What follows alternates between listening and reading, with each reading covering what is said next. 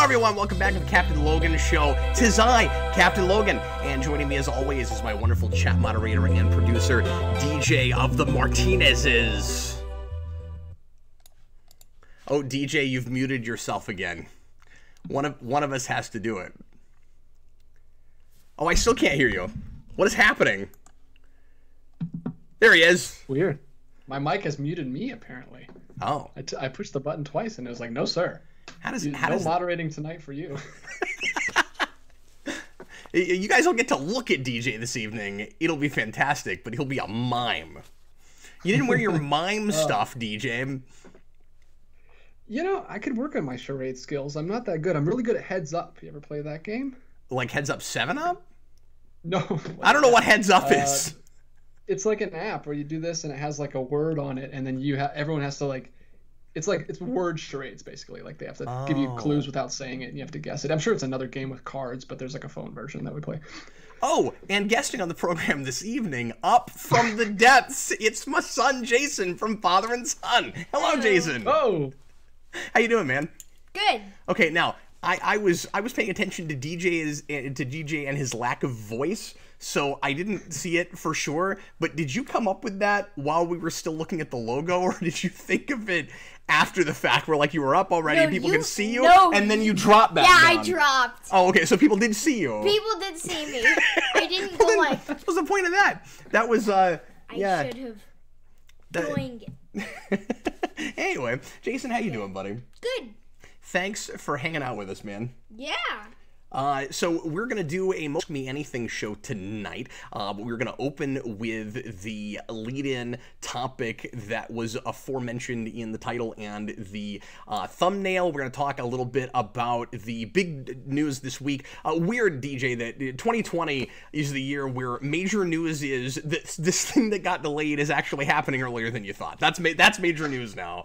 And we're going to be talking about Wonder Woman 1984 and the fact that it is for sure now apparently coming out on HBO Max and also in theaters simultaneously on December 25th. We're going to talk about what potentially that means for movie theaters moving forward. We're going to check back in on that whole thing. The ongoing question, DJ, of when movie theaters are doomed. And this is another place where we're gonna have to kind of check back in on that topic and see if we think that it means more doom and gloom for the business. And spoiler alert, I mean, it probably does to some degree, but we're going to talk about all of that. And you guys feel free to throw questions at Jason throughout the show if you want to. He's not always here. And you guys that have been watching Father and Son probably know more about Jason now, and you might have more things that you want to chat about with him. Okay, so real quick, before we get started cleaning stuff, I originally announced earlier that we weren't going to have After Dark tonight, and up until about a few minutes ago, that was still the plan. We are going to do an After Dark on Patreon of sorts this evening. It's going to be different from what we usually do, and it's not going to include all of the uncensoredness and swearing stuff that it usually does. DJ has already made plans for after the show, so he's not going to be there, and Brandon won't be there either, which was the main reason that I canceled it tonight. I was going to put it off till next week. And then Discord went, wait a minute, Cap, next Thursday is Halloween. And I went, Halloween. Next Thursday is Thanksgiving. And I went, where in my head today? And I went, what was I thinking? We're not going to do an After Dark on Thanksgiving. I'm going to have family here. I'm not going to be able to do that. And so we were kicking around different things we could do. I didn't want to not have it for 3 weeks. And then Jake up right before the show and was like, well, I'm here. We could do a whole karaoke show. And Jason is mad fantastic at karaoke. And I was like, wait a minute, that's actually a really cool idea. So I don't know if anybody will pop in for that, but Jason and I are going to, at least for an hour, even if we're just singing to ourselves, we're going to do a karaoke show on Patreon. So if you are currently a patron, of course, it will be fun. As always, we'll take like a 15-minute break right after this show, and then we'll send out a link to the unlisted, I almost said uncensored, it won't be, we got a 10-year-old, the unlisted live show just for patrons. If you're not currently a patron, you can become one and come hang out with me and Jason for just the $2 tier, just the bottom tier at patreon.com/geekvolution. Okay, that is all the news that is fit to print. I hope at least a couple of folks will show up to that. That should be a lot of fun. We just now came up with it, so the plan is we're going to think of things to sing and also do some Q&A and talk about whatever you guys want to talk about there too. But yeah, what's up? I mean, I have a whole list. I know. Karaoke, so you have to think of songs. I don't. Oh, okay. That's good. I just have to have a list. pick from my list. You used to have a list on Mom's phone.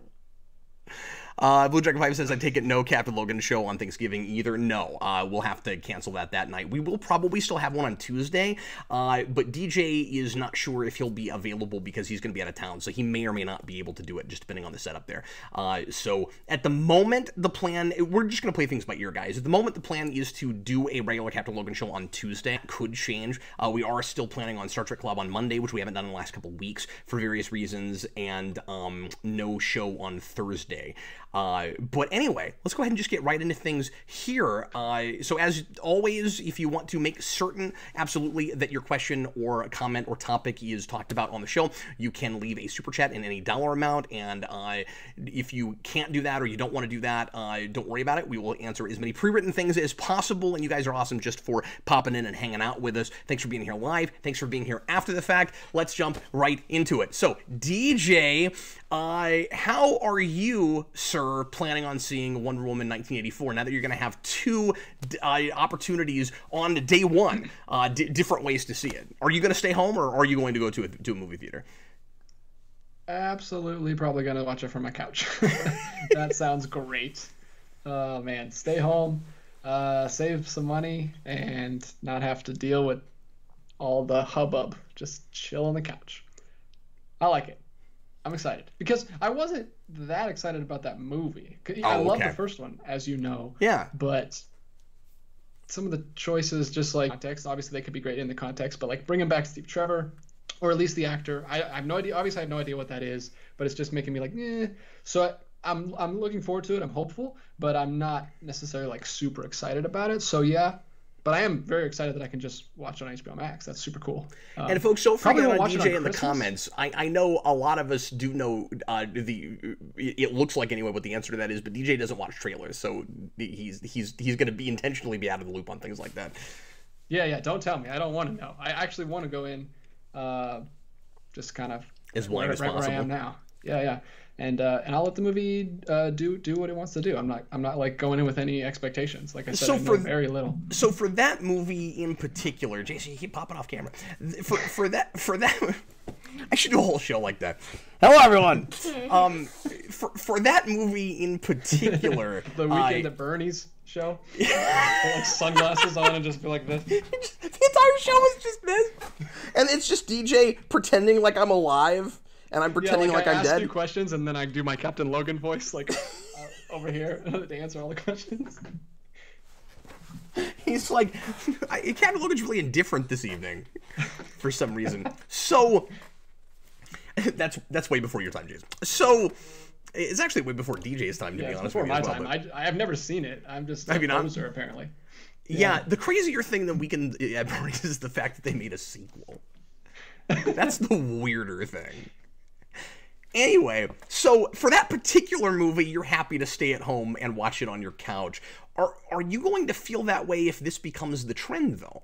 If we get to a place for the next few months while we're waiting for vaccines and things, and the COVID is still keeping movie theaters from being able to open, or even if after that this just becomes, and that's kind of a big question, right? This becomes more of the way things are done, where you have simultaneously a movie releasing on streaming as well as in movie theaters.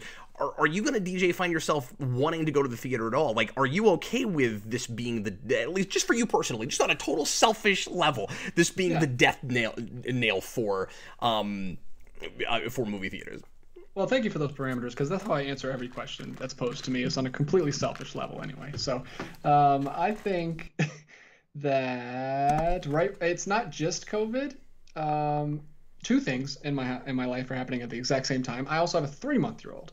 So even if this was a normal year, we wouldn't be seeing any movies anyway, because I've said this before, movies are me and my wife's thing. That's what we do together. So I don't have the thing where I could be like, she can watch the baby and I'll go watch a movie, or I'll go watch the baby and she can go watch a movie, because that's what we do together. So like, we would rather stay home and watch it together than split up like that. So I wouldn't be watching any movies anyway right now, and on the COVID on top of all that. So like I haven't even thought about this question. So okay. I'm like, but in the long run, how would you feel about it? And I know we've talked about, you know, like kind of trying to attempt to predict what the future is going to hold, and we've not been able to do that. I mean, it still is pretty up in the air, and we'll break it down again here in a little bit. But like, if we're 3 or 4 years down the road and this has basically crippled movie theaters or made it to where a lot of the things that you want to see you just don't have to go to the theater for, like how upset does that make you, or is it kind of a bittersweet thing, or what is it? Because you said movies are the thing that you and your wife do together.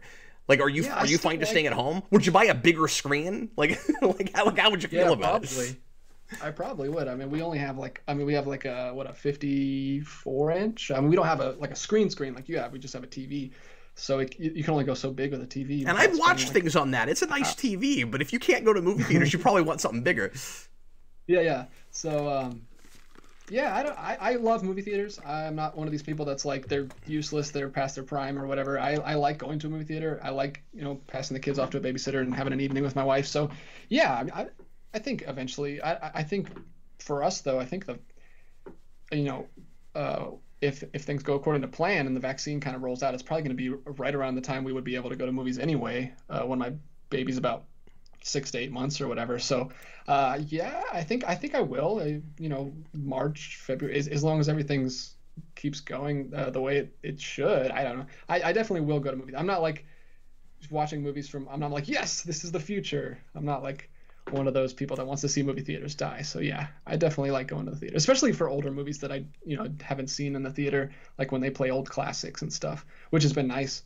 I mean, I say it's been nice that they've been doing it. I haven't seen any of them because I've been stuck home, but as I've said a million times, that excites me more than seeing new movies in the movie theater right now, because it's about a 50-50 split and has been for several years for me, where half the time I really don't like the things I'm watching, and it's no fun to spend the money to go out and go sit in a theater and then not enjoy yourself. I mean, it's awful. And if I go see like 1990 Ninja Turtles in the movie theater or something, which they re-released last weekend and I didn't get a chance to go, but like that's just the first thing that came to my mind that came out.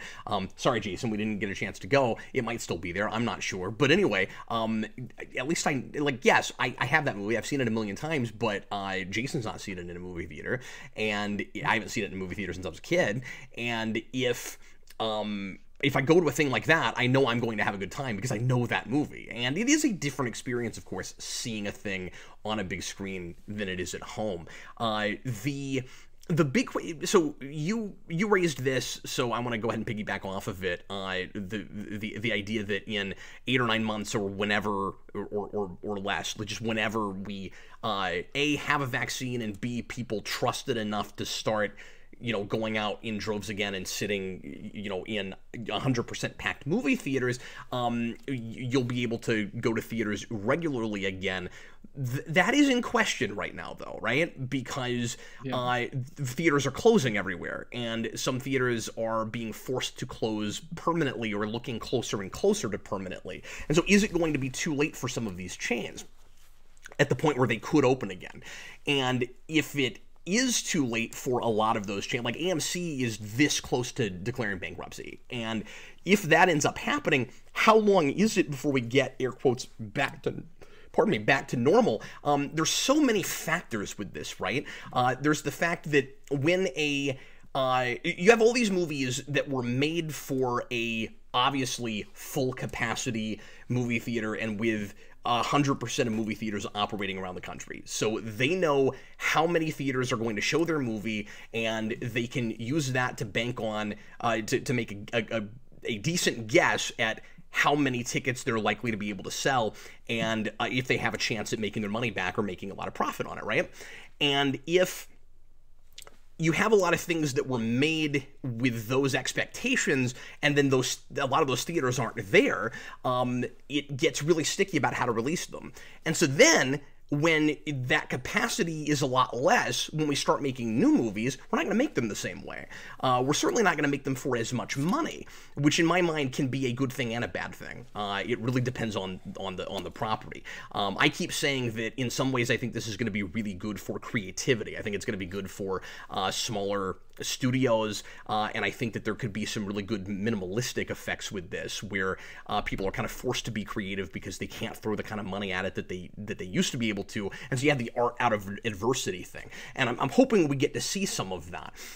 But the question is, can theaters bounce back fast enough to where this won't become the model, where we won't get to a place where it's day and date, it goes to the theater and goes to streaming, or even more so, a lot of things just being made for streaming in the first place because they don't know if theaters are going to be there. And so we still have all the questions we've been asking before, but this was not a movie that anybody expected this to happen with, which is why I wanted to talk about it again tonight. It had been reported that Disney had no plans to not release this in the theater, and nobody guessed at this, I don't think, that oh, well, what was actually going to happen was that they would release it simultaneously in the theater and also on HBO Max. This was like the last movie anybody thought that was going to happen with. And so when Patty Jenkins said, we are going to release it in the theater, she was right about that. But it turns out that they're also doing it the HBO Max way. And then you've got the fact that the Mulan thing didn't work out for Disney. And what exactly does that mean? Well, their model was different. They tried to make people pay $30 for it, and it was like at least from a lot of consumers, it was panned. Reviews were a little different, but I mean, the majority of people that watched that seemed to not like it, and like a lot of us complained and panned it and really hated that movie. And so that's not like the best example, right? But for you know how exactly people are going to continue to consume things. But when people say, well, obviously this is just currently a stopgap measure and this can't be the way it goes later on, I don't know about that, because like I said, you're going to have to start making projects specifically for what you know for sure you're going to be able to present people with. And that at the moment is definitely streaming, and the theater thing ends up being up in the air. And will continue again to be up in the air even when you don't have to worry about pandemics. Because you don't know how many theaters are going to be open. And so I don't know what it looks like later. I mean, it's going to be really interesting. And even after we see how this performs on streaming, I don't know what exactly it's going to tell us, because it's not like they made a movie that is going to need $700 or $800 million to even be profitable, with the expectation of it going to streaming in the first place. So I don't know what it means exactly. Jason, how would you feel about a future where we mostly had things come out, if not just on digital, both digital and go into the theater? Like is that an idea you like, where you could like pick and choose the things that you just stayed home and watched, or do you want everything to go to the theater? And how would you prefer to watch it? How do you want to watch Wonder Woman? I want to just watch it on HBO Max. Interesting. Because then we wouldn't have to then it wouldn't we wouldn't have to pay as much money, and we wouldn't have to spend more time to drive there, and it's like, and you just have a lot of things to do. Your time is just really valuable, and so, no, but like and so you can't take the time the sound, be driven to the theater. The sound is good, and it's on like a huge screen, but we have half the size of a theater screen. I mean, it's not even half the size, of course, but it probably feels that way when you're 10 and you're sitting up close to it. Yeah. So for you, it's not different enough to make a difference. Which is interesting, because I mean, of course, I love going to the movie theater. I've been taking Jason to the theater since he was little. So it's not like you've not done that enough to really know the difference and feel like it is a different experience, right? Yeah, it is. But like, I mean, I would do both. See, I'm at this weird place with it. And tell me what you think about this, DJ, where the lines have been blurred too much between television and movies to me. Like, when I was a kid, television didn't look like movies.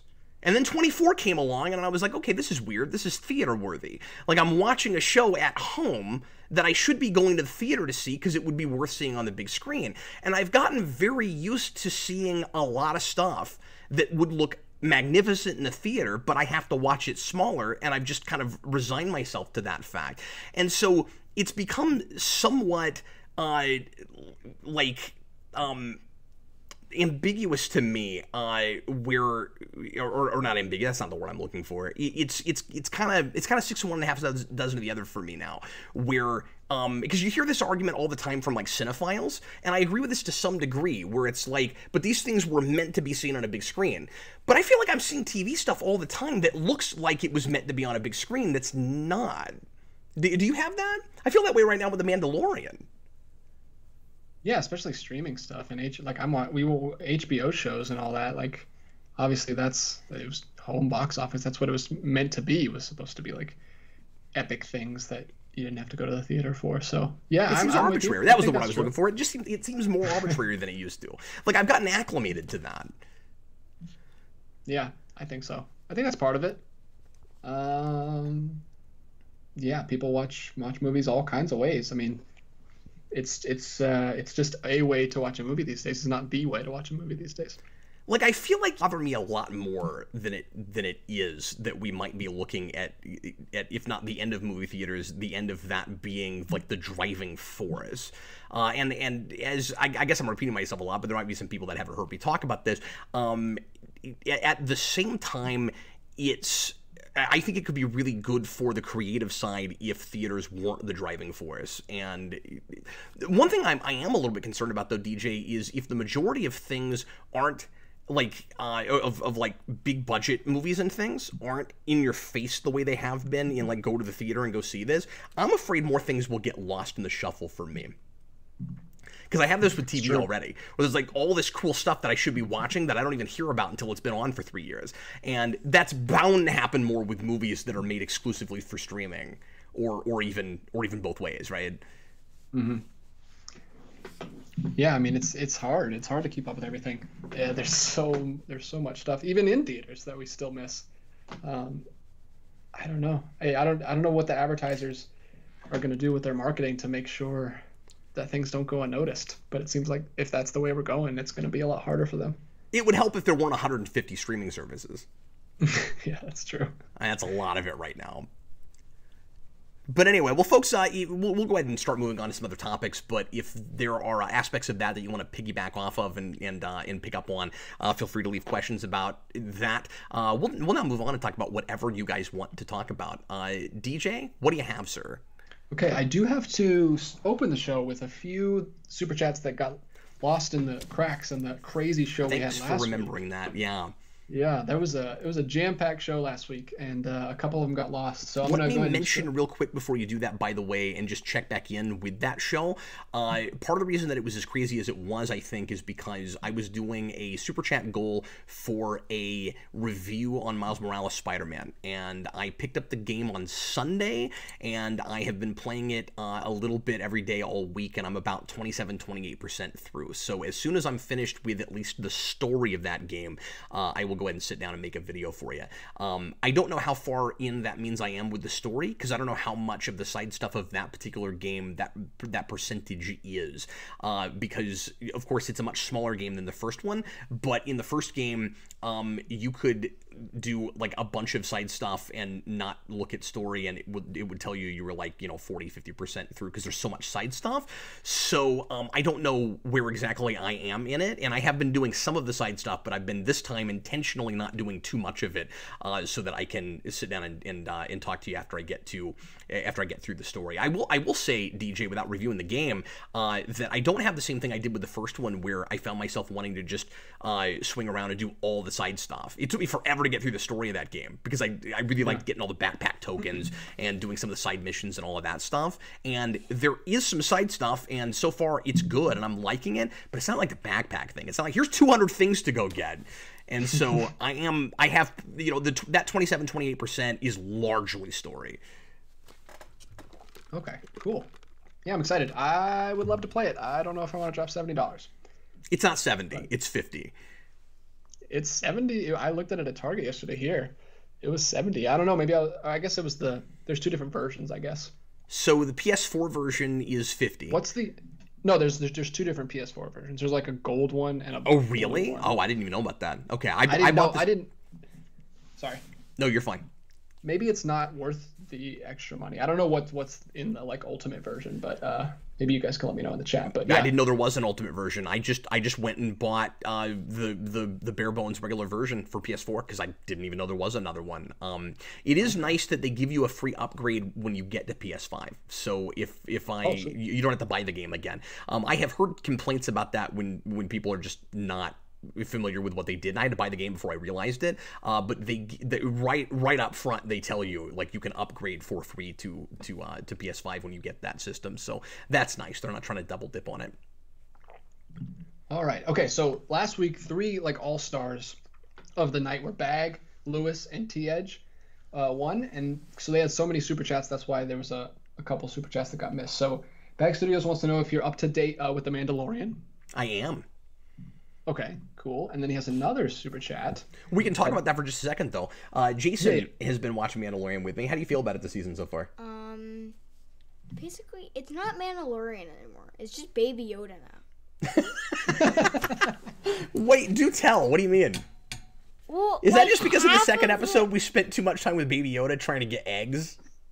Yeah, and also we won't spoil too much. We won't spoil anything major. Baby Yoda likes eggs, okay? If that's too much of a spoiler for you, you might want to go somewhere else. I don't know how to not say anything about shows. Like Baby Yoda is like more in season 2 than he is in season 1, just in the first 3 episodes. And yeah, I don't know. Well, they're starting to build a lot more mythology stuff, and he's very central to all of that. But I think the pacing of that has been really, really solid, where it still feels like the simple show that it was, where it's just sort of a samurai thing with this guy and this kid he's looking after going on adventures together. But there's more of a like specific mission focused down. We're still doing like singular episodes where we'll kind of go off for a minute, but by the end it always wraps back around to, and we're trying to find the remaining Jedi so that we can figure out what to do with this Baby Yoda kid. I think it's fantastic. I'm already enjoying it a great deal more than I did last season, and I really liked last season. But the focus on adventure this time for me has been really enrapturing, and it's just like I said earlier. It's gorgeous. Like it looks like it should be on the big screen. I don't know how they're doing some of the stuff they're doing without the massive movie budget. And I get that it's Disney, and I get that they are throwing a lot of money at it. But and I get that streaming is a little bit different than broadcast TV. But it doesn't look like anything I've ever seen on a small screen. There's a creature in the first episode that is unbelievable. And it's so imaginative. It's so much fun to get yourself wrapped up in. And again, it's nice and simple, and it's something that you can watch with your whole family. And there's not a lot of that right now for me and my kids. So that's nice. And yeah, I don't know. I'm very impressed with it. And more excited about the mythology stuff, the Jedi stuff, than I thought I would be. That mystery has gotten more intriguing as it's gone along. Well, the Jedi stuff, and then also the other thing with the Mandalorians that I don't want to give away if you haven't started watching it. But yeah, it's wonderful. Anyway, and weirdly, season 2 would have been an okay jumping on point if there was any reason to ever not watch the first season. Like I don't know why you would do that, but somehow it totally watches. Like, yeah, I didn't need the first season necessarily to follow what's happening.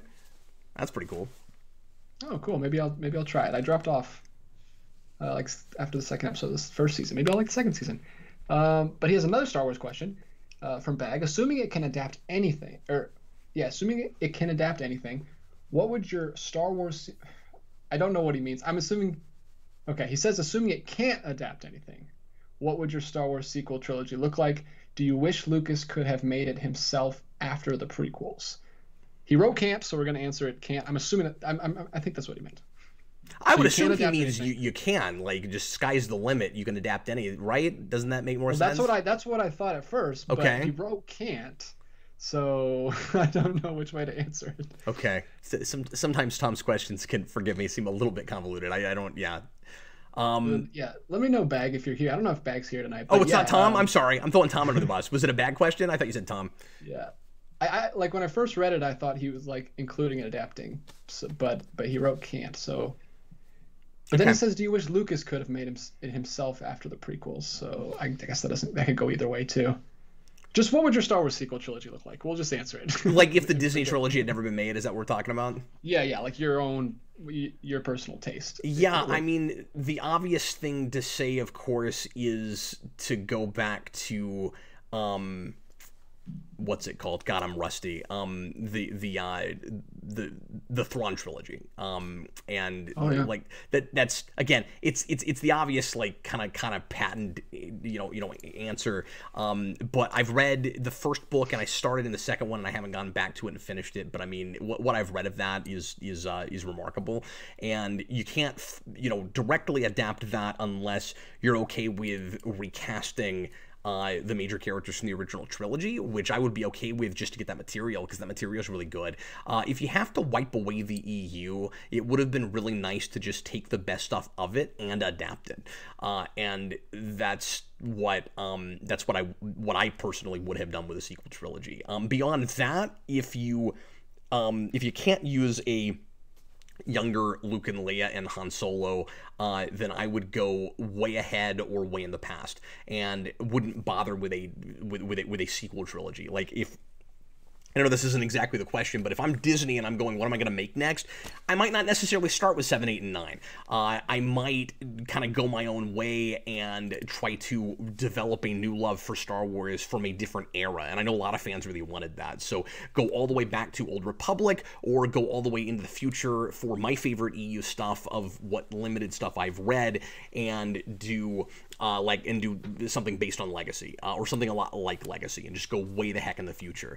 I think it might have been really smart to do the same thing the prequels did. This is one of the only really smart things I thought Lucas did, which was when he went to the past, he gave it a very different flavor, and it still felt like it fit in that universe, but it was decades earlier, and so it didn't feel like exactly the same thing. It didn't feel like the same time, and we went to some places that were unusual at the time for Star Wars, and that felt really imaginative, at least visually, which is why I still like some things about Episode 1, mostly just aesthetically and tonally.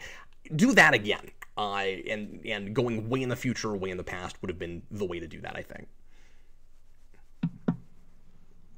Cool. We got one. This is a.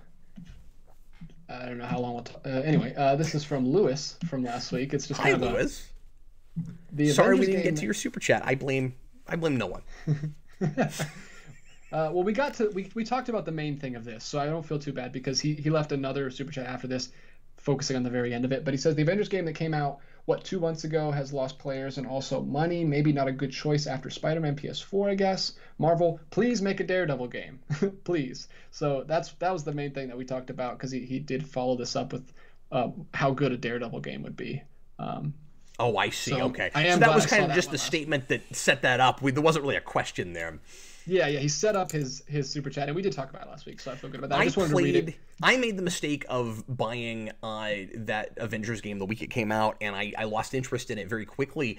And that's not really too much against the game. I thought some things about it were kind of counterintuitive and strange initially, mostly just the way that story starts, and the stuff with Miss Marvel right at the beginning is real monotonous and dull, and I was having a hard time getting into it initially, and then it's real buggy, and maybe they've fixed some of those bugs since I started playing it right at the beginning, or I said the beginning. I think I started playing it like a week after it came out, but I was having a hard time getting into it, and then I just got busy with life stuff, and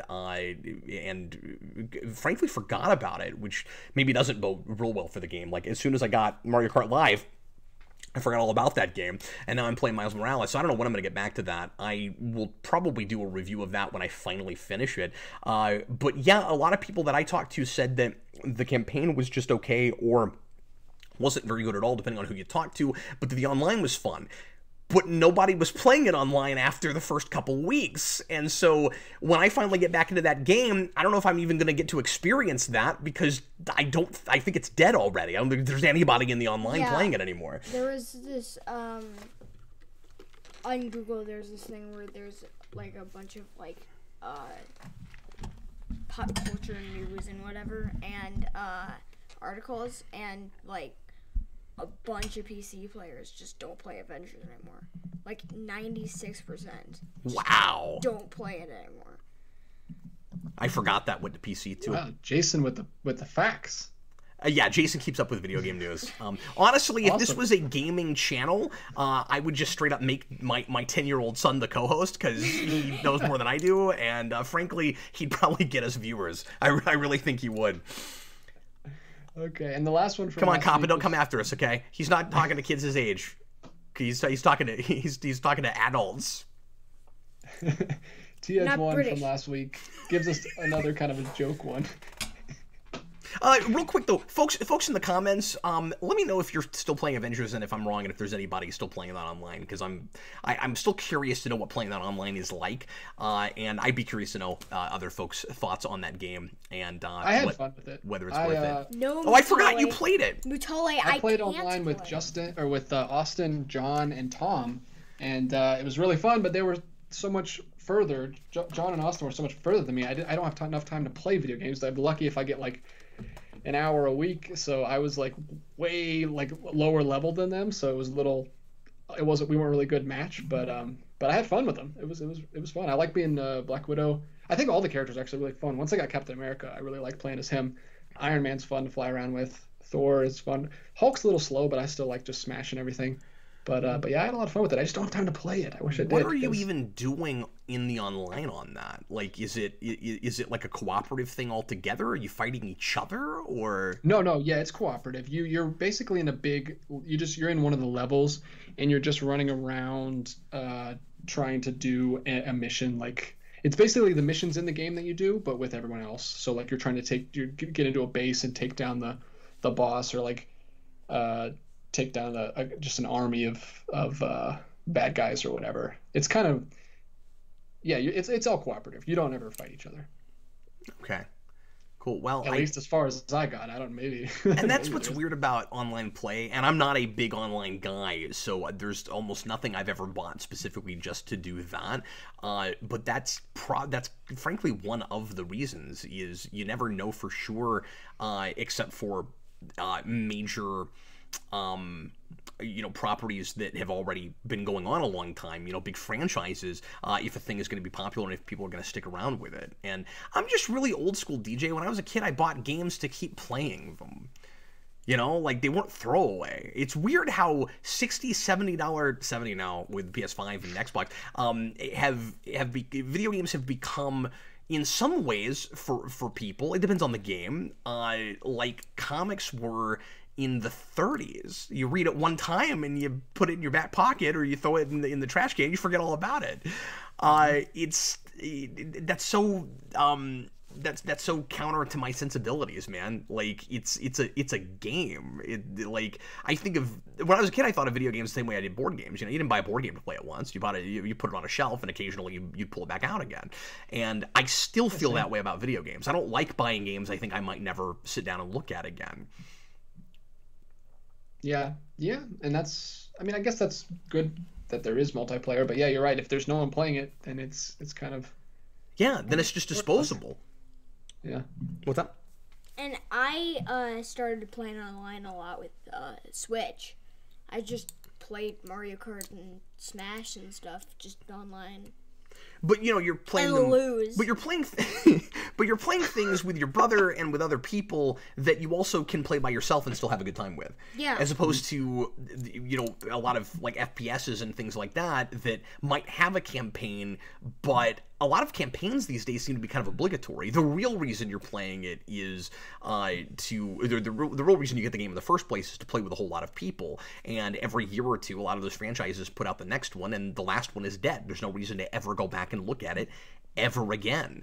And I realize some of this is generational. Like, I just didn't grow up with that kind of stuff. But I think it's also partly why we've developed this mentality of disposability with games where, and part of why digital has taken off the way it has, and a lot of people don't even care about owning things physically anymore because they don't plan to keep them around and play them forever. Until they miss them. Until it gets 10, 15 years down the road and they go, oh, that's right, I can't play that anymore. And then that's when people start begging and pleading for backwards compatibility of some kind. But isn't that weird, DJ? You hear people all the time. I think you sometimes hear the same people, and I might be barking up the wrong tree. I'm not a big gamer, and maybe I shouldn't even be commenting on this. But I think you have some of the same people that complained before. I guess it's a lot better with this next generation with PS5 and the Series X and S, that there's not good backwards compatibility. But I think some of the same people that say that are the same people that don't think they care about keeping games or about ever playing a game again. You know what I mean? Like, they get in that mindset of disposability, but then at some point they also find themselves caring about backwards compatibility. Maybe the issue is they want it to be like a lot of people thought Netflix was going to be in the first place, where they want access to everything all the time. Well, I can see that. I think I could see that being like, I don't want to keep all my systems, but I still want to play the games I love. So backwards compatibility is, I want to be able to play those games, but I don't want to have to keep all of my systems, because I have that. I haven't kept all my systems. I left most of them with my brother when I moved out. And I want to play some of my old GameCube games and some of my old PS4 games. So that's why I get excited about the remasters, not necessarily because I want it updated, just because I want to be able to play it without, hunting down a GameCube or whatever. So I can see that to a point, but you can't ask for it to be able to play everything. That's kind of too much. No, but I want to be thoughtful about this, because you're right. I mean, you have hardware that eventually stops working. You don't want to have to rely on decades old systems. And so I guess both of these arguments make sense in a way. They're not. I understand the argument, and I share it, that a lot of collectors have, where it's like, well, I want a physical version of a thing so that I know I can always put it in and play it unless something happens to it and stops working. But then there's also that backwards compatibility thing where it's like, well, if you make most everything somehow available, then we can preserve stuff digitally, where 100 years from now you'll still be able to go back, and I'm sure this will be true, and play the original Super Mario Brothers. You're not going to have Super Mario and Duck Hunt on a cartridge in order to play that. It's going to be around. You're going to be able to download that and play it. And this was a thing that I was at one point, so I see both sides to this. For free if you have Nintendo Switch Online. Well, at least right now. 100 years from now, it won't be Switch Online, I'm sure. I mean, the Wii servers aren't around anymore already, so it'll be something else at that point. It'll probably be like, yeah, I bought Project Donkey Kong. Dolphin 500 or something. I bought Donkey Kong Country on the Wii U, and I don't even know if I can still play that. I probably can. Maybe. Yeah. I don't know. No, you can if you kept it on your system memory. I mean, if it's in the digital system already. Okay. As opposed to having to re-download it. Now, if you got rid of it, the Wii U still has, I think, its servers going. If it was on the Wii, you'd be out of luck. The Virtual Console is not there anymore. But I don't know if you can re-download stuff on the Virtual Console on the Wii U either at this point. I have no idea. I'm not going back and I haven't fired up my Wii U in forever. I need to check on that. So like I said, we're spending too much time on this. I'm sorry. I'm in a game mode right now. I guess. So, like I said, I see both sides to this, but then going back to my original argument, so we can preserve everything, and you hate to have to keep buying the same game 100,000 times. I mean, it would be nice if there was, and eventually cloud gaming will probably be the thing, and there will be more probably services like PlayStation Plus, where you can, is it Plus, where you can just play whatever they have in their library for a certain fee every month. And now that's what it is. Thank you. Now I use that. I just forgot what it was called. They have Plus, they have Now, all these different things. I can't keep them all straight. But even if you preserve everything and you can go back and play it, you're still going to have multiplayer games that there's no reason to ever go back to, because you're not going to find other people to play them, and because the campaigns were small or non-existent. Anyway, let's move on, shall we? All right, here's the last one from last week was TH1. He just says this as like a joke. HBO Max, DC Unlimited, CBS All Access are not available for PS5, but Peacock is? What's up with that? What? That's great. PS5 is brand new. I'm sure eventually they will be. I'll be real surprised if those things don't show up there at some point. I still expect HBO Max to wind up on Fire Stick at some point. As far as I know, it's... Oh, is it finally? I haven't looked because it wasn't. It just dropped. Did it? Just Good. And we're like, oh, we have to stop using the weird illegal version. That workaround thing you guys had, yeah. Well, that's good. That means that I don't have to necessarily keep my Chromecast hooked up anymore then, because because I use HBO Max a fair bit, I have kept my Fire Stick and had to plug in a Chromecast both into the main projector I use upstairs so that I can still project HBO Max if I ever need to. So now I won't necessarily have to do that, Jason. So that'd be good. Yeah. Although Disney Plus is not the best on the Fire Stick. It crashes a weird amount. A little more often than you would expect. Sorry. Yeah, it was like when we fired up our Fire Stick the other day, it just was like the big banner at the top. It's like, HBO Max is here. We finally worked out our legal squabbles, and you can watch it. And we finally worked out, like, going to a new thing that just come up. Because, like, Amazon is always like, oh, a new thing comes out. We won't do that yet. We'll just do that in, like, 6 months, and then it'll be fine. Yeah, why don't they do it in the first place? They always cave. Eventually, it's there. Yeah, it was some weird thing with... You're right. Because Amazon Prime has channels, and they had an HBO channel, and there was, like, some disagreement where they weren't, like... HBO Max wasn't playing fair with how they were letting people unsubscribe from that channel or something. It was a whole mess. But oh, wow. They got it straightened out, and it's on there now. Good. Jumping to tonight, Christian Ogden, what film did a better job trying to save its franchise, Rise of Skywalker or Justice League? I say Justice League because I always knew it'd be a salvage job. Yeah, I agree. Justice League was a patchwork job in the middle and somewhat after the fact, and Rise of Skywalker was a little bit of a horse of a different color. Like, I don't know, it's very complicated.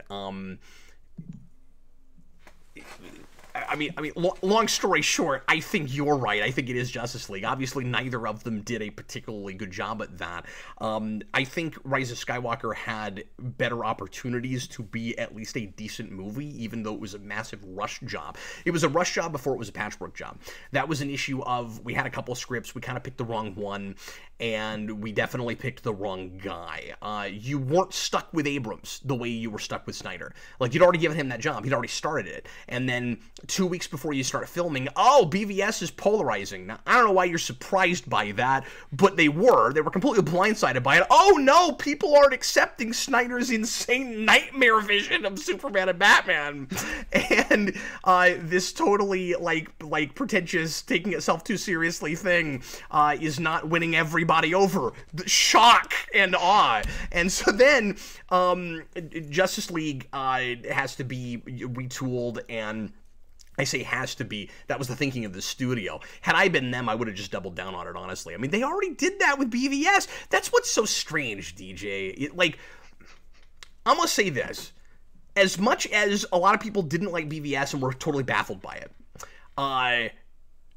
if Justice League had been left alone, it actually would have made more money than it did, I think. I really do. Because at least the diehard fans that were cool with BVS would have liked it, and there would have been positive word of mouth from those people. Now, I don't know how much more. I'm not saying it would have been a rousing success or anything. But let's keep in mind, Man of Steel was also polarizing. Like, it was a half and half split, just like BVS was. It's just BVS was talked about more, and people were more vehemently passionate about it one way or the other. Man of Steel, the people that liked it were not, like, praising the ground it walked on the way the BVS fans were. They weren't, they weren't, like, defending it as hard. It was, yeah, that movie was okay. It's got potential. The people that hated it loathed it. Like, they were passionately angry. You can't have Superman do that in the third act. What the heck are you thinking? Like, that's not Superman. The people that liked it okay, liked it okay. And then you get the BVS, and it was, this is brilliant. This is amazing. This is on a level, on a Nolan level or above. And the people that hated it were like, this is the worst thing that's ever happened to us. Yeah. BVS was like unfiltered Snyder. I feel like even in Man of Steel, unfiltered Snyder, yeah. He was a little trying. It was more a little Chris Nolan-y. Like Chris Nolan was involved in that one. It was a little just kind of more generic. And then like you get into BVS, it's just like straight into my veins. And yeah, and so but what was weird about it, the reason I said don't forget that first movie was still polarizing, though, yeah, I'm running away with myself, is it did not make the money they were expecting it to. BVS did not make the money they expected it to, but it was still a marginal success. Neither of those movies lost massive amounts of money.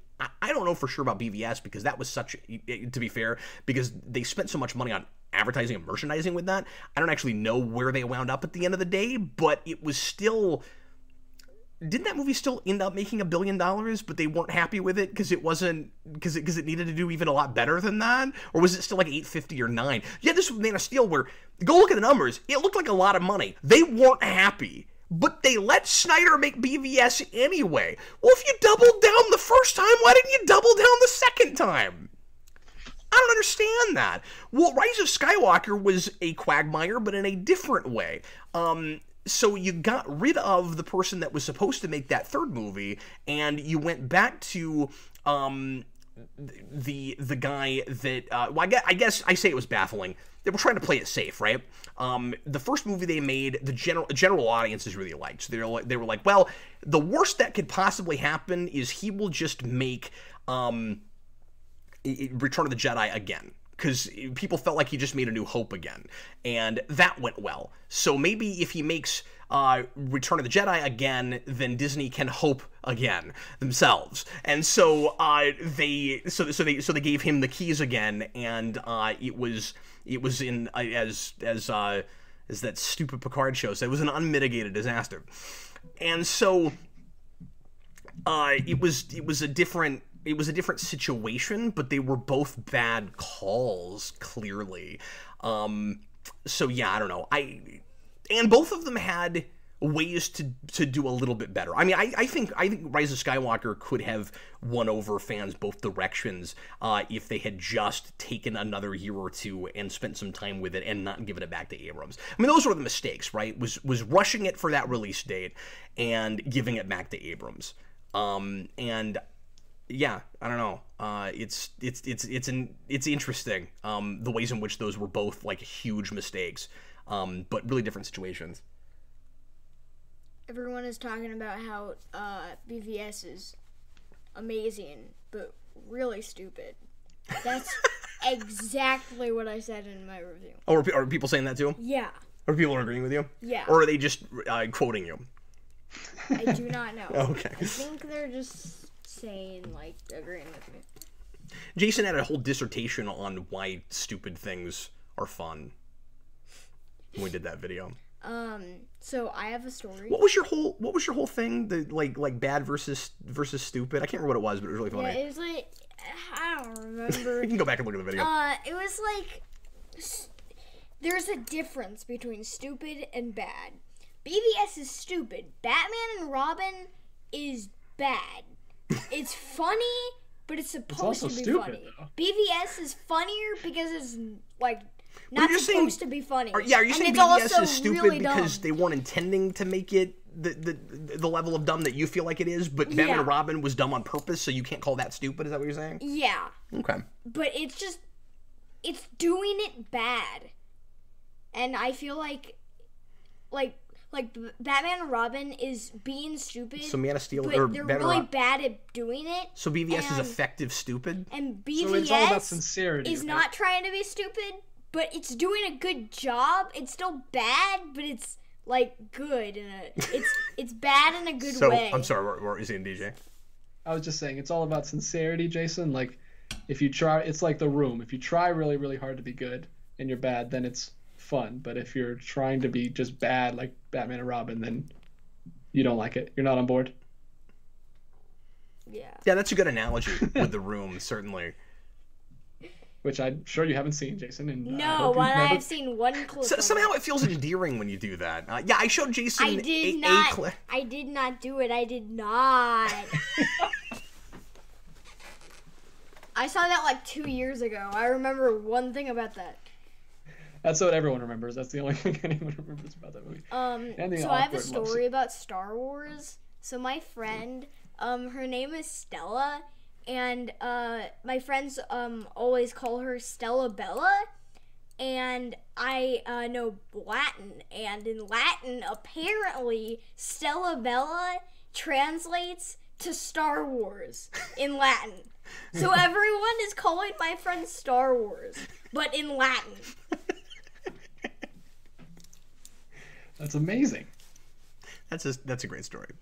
And very succinct. Great. You're so much better at this than we are. You want to just take over? No, because everyone will just ask dad questions. That was really kind of diplomatic of you, DJ, but we all know you didn't mean he's better at it than us. You meant he's better at it than one of us. No, he's better than me. Which one? Wait, no, you? He's talking about me. He's talking about how I spent 20 minutes on a video game thing that wasn't even a question. Hey, that's what people come to you for, man. That's what they like. They don't want you to change. Oh, people don't like change. Well, I appreciate that. It makes me question them more than me, to be perfectly honest with you. Where it's like, yeah, no, rattle on, Cam Logan. I'm like, I'm wasting your time. No, really, waste it. Okay, I really appreciate that. DJ, what else we got, man? All right, in the spirit of succinctness, if you were to write a 50-issue run on Batman, what would you write it about? Good Lord. I mean, I don't know. My first inclination would not to be... First of all, let me say, you never know you're getting 50 issues. You know, wouldn't it be nice if you had that at the start where it's like, we're capping it off at 50. You're getting that many. It's usually either we don't know if this is going to last, or you're really hot right now. We hope you're on it forever.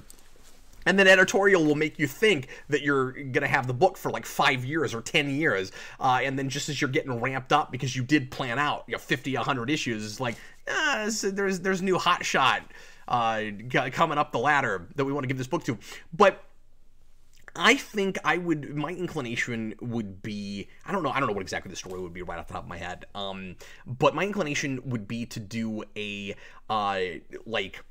sprawling event level thing, not a thing that I would hope would go into a bunch of other books or really be an event, but I just mean an actual 50-issue story that involved a lot of the Rogues Gallery and that kind of thing, like My No Man's Land or My Nightfall, before it would be a story with a through line where there's an overarching story but a bunch of side things. It would be fun to have that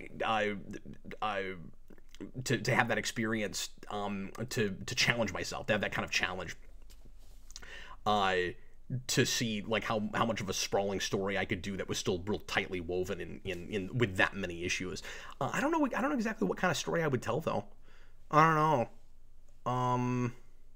I don't even know who my villain would be Clock King or Riddler, or maybe both. Maybe it'd be like a Clock King Riddler team up. I could see that. And so mine would be Riddler, and Ra's al Ghul, and Bane, and Black Mask. Why Black Mask? I don't know. He has a gun and he's cool. And he likes to steal stuff, so he's cool. The more I let you talk, the more people are going to question my parenting skills. No. How I'm raising you. Like, people tend to blame the parents. All I know about Black Mask is he has a gun and he likes to steal things, and that he wears this mask that is like black, and then he wears this like trench coat. Well, something. he has a whole kind of identity motif with his mask. The whole idea that everyone in some way wears a mask, and that he's the only person at this point that doesn't, because his mask is like grafted on his face, like he permanently, because of that, because there is nothing underneath. Mandalorian. No, because Mandalorian can take his helmet off. He just chooses not to. Yeah, but this guy also chooses not to. No, he doesn't. It's grafted to his face. He can't take it off. And so and so the whole idea, so like he's like a skull face guy. He's basically like Red Skull, except he has Black Skull instead of a Red Skull. He could be called like Black Skull, but he's not called Black Skull. He's called Black Maz. Oh, remember when we watched Infinity War? Yes, I have told this story on camera, but you can tell it again. And then I called him Red Face. Because he couldn't remember. We talked about that in the Infinity War commentary. Jason could not remember for the life of him who Red Skull was. He goes, "Look, it's Red Face." I think that was pretty great. And Dad, remember in 90s X-Men? Remember Banshee? Yeah, I know that. Why are we talking about that right now? I don't know. Yeah, Banshee has an obnoxious sound effect in that. You're right. The sonar thing they do in First Class is a lot smarter. Yeah. That's true. DJ, I know you're not a Batman guy, but I'm sure if you had to write Batman, you'd do a Riddler thing. Yeah, I love the Riddler. Although you talking about Black Mask really makes me want to see a crossover between Black Mask and Spidey's Chameleon, because they're like complete opposites in that way. Interesting. And I think that would be fascinating. But that's never gonna happen. But yeah, I do a Riddler story. I mean, I'm not a writer, so but I would like to read a Riddler story. I mean, it might happen. No one He's ever cool. expected a crossover between every single video game series ever. So, Which is what? Smash. Well, okay, but it's not everything. This is a lot. It's like almost everything. I'm It's like expecting. the Ready Player One of video games, except it's not as one-sided as that. I'm expecting everyone wants Master Chief and not Banjo. He's already in there. He's already in there. The Crash. Yeah. The Crash. Yeah, and Tails and Knuckles. I have always wanted Tails and Where Knuckles. is Knuckles in Where's Smash? Knuckles? Seriously. I want him to do the thing that he does in Sonic the Fighters, where he's like. DJ, just getting back real quick to the thing, because I want to throw out at least some semblance of a pitch beyond what the villains would be. DJ, would it be the worst idea ever to give Clock King a time machine? Because I don't know if it's ever been done, and I think that could be really interesting. No, that would not be the worst idea ever. Doesn't that seem inevitable? Like at some point we gotta give Clock King a time machine. If that's ever been done, somebody let me know, because I don't know about it. But that's the first thing that comes to mind. Is you give him a time machine, and then you team him up with the Riddler, and you let the Riddler like actually plot out everything, but the Riddler's like too ambitious and all over the place and like really out there on his ideas, and Clock King like tries to bring him down to earth a little bit, but his obsessive anal retentive keeping track of time is really difficult to do when he's time traveling, so that makes it kind of difficult for him. I don't know where exactly Batman factors in, but I think it's really interesting to give Clock King a time machine. You mean built a time machine out of a DeLorean? All right, go ahead. Go ahead, DJ. Have you ever seen? I know you haven't seen the show, Mr. Robot, but I feel like Clock King could be taken very seriously. There's a character in Mr. Robot, which is like one of the darkest shows ever, who is just that. He's in season 2 of Mr. Robot. He's completely obsessed with time. Like people come to him and he says he only has like 2 minutes to talk to you, and he like counts it down, and then he like gets you out of there, and he moves on with the rest of his life. Like, and he's super menacing and scary. Like I don't think that's silly. I mean, you might have to lose the name. It's the terror of complete cold discipline. Yeah. And again, we did do this in Arrow. We just didn't give him enough stuff. He got one great episode, and he got half of another episode in Flash, which was kind of lame, and then never again. But I mean, we have been able to take this character really seriously and make him really scary before. I don't like he's not in the Arkham series, because that series would have been perfect to do a really scary, ultra menacing Clock King. Because all of your missions up against Clock, even if it was like a side mission guy, like all of your missions up against Clock King would be timed. Be like, you only have so much time to do each thing, and it could be just a whole lot of suspense constantly. The easiest way to make a character scary is if you team him up with Purple Man from X-Men. That's true. That is true. He's the most scary person in the entire world. And you've not seen the scariest version of Purple Man, and you won't until you're 23 years old. Yeah, I still wish I hadn't. It's horrifying, and I still have nightmares about that. I was going to say, DJ's still waking up at 3 in the morning in a cold sweat over David Tennant's Purple Man. There's a character in Umbrella Academy with basically Purple Man's powers. And it's really fascinating to see a character who's trying to be good with those powers. I really like that first season and what's done with her. But anyway, moving on, TH1. In 2006, my grandmother told me computers and the internet are a fad and are going to go out of style soon. What would today's world look like if she were right? Okay, I'm sorry. Read that one more time because I had to look at a comment and I missed the beginning of it. In 2006, my grandmother told me computers and the internet were just a fad and were going to go out of style soon. What would today's world look like if she were right? In some ways, a lot better, probably. I hate to say. We would probably trust news more, for better or worse, because you wouldn't have the social media compartmentalization and kind of static bubbles that people wind up in now. You'd probably have people. You'd probably have people trusting each other a little bit more than they do now. You'd probably have people communicating a little bit better than they're doing now. We also couldn't possibly have handled the pandemic as well as we handled it. Because, and I don't mean politically, I don't mean the way the government dealt with it. I mean socially. I mean being able to keep any kind of businesses open and stuff. People, if the internet had been a fad, we would have seen a crumbling of industry the way in a way we've never seen it before. It was bad. It would have been a lot worse. People wouldn't have been able to work from home the way they do. And I realize that you've got a lot of things that are automated that wouldn't be if computers, even in the mid-90s, hadn't taken over the way they did later. But I'm telling you, if the pandemic happened in 1996, it would have just shut us down.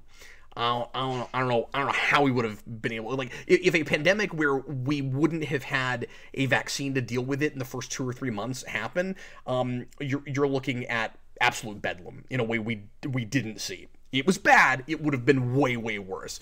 Those are the first things that come to mind. There's obviously all kinds of other things I could say, but I mean, I can't. The internet's inevitable. It's hard to even imagine how that would have happened.